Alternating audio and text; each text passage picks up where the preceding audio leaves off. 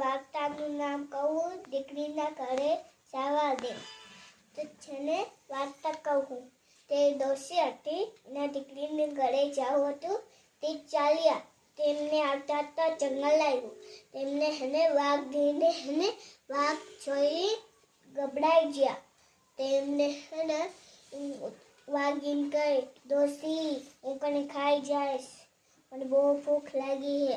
તે ડોશી કે જાતી ખાવા દે, દીકરીના ઘરે જવા દે, તાજી માજી થાવા દે, પછી તું મને ખાજે. તે ડોશીએ કીધું, દીકરીના ઘરે જવા દે, તાજી માજી થાવા દે, પછી તું મને ખાઈ જાય. તે વાઘીન કે સારું. તે ડોશી મારે અને ચાલ્યા લાગા. તેને આતા વરુ મળ્યો. તો વરુ એમ કે ડોશી હું કને ખાઈ જઈશ. તે બધાને કે એવું બોલે. તો પછી એમ કે ડોશીને હું ખાઈ જઈશ, મને બહુ ભૂખ લાગી છે. ડોશી પાછી ગભરાઈ ગઈ. તે ડોશી કે દીકરીના ઘરે જવા દે, તાજી માજી ખાવા દે, પછી તું મને ખાઈ છે. પછી તો ડોશીમાં ચાલવા લાગ્યા. પછી દીપડો મળ્યો. તે દીપડો કે તે હું કને ખાઈ જઈશ.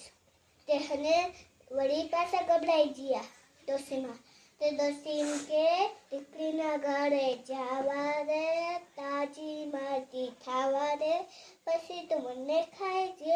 તેમનું દીકરીના ઘરે આવી ગયું. તે દીકરીના એમ કે મને અત્યારે અલગ અલગ પાણી મેળવી એમ કે તે હું કને ખાઈ જઈશ. ડોશી મેં એમ કીધું, તે દીકરીના ઘરે જવા દે, તાજી માજી ખાવા દે, પછી તું મને ખાઈ જાય.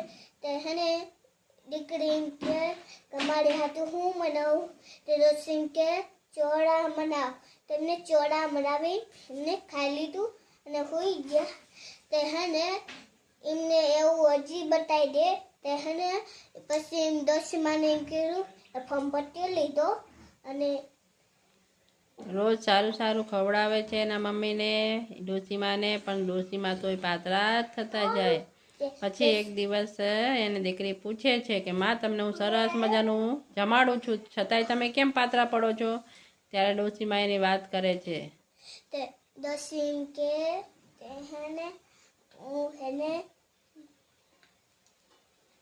હા કે જંગલમાં મને આટલા બધા પ્રાણીઓ મળ્યા, પછી મને આવું કહેતા હતા. તો દીકરી કહે ચિંતા નહીં કરો, આપણી પાસે ભંભોટીઓ છે.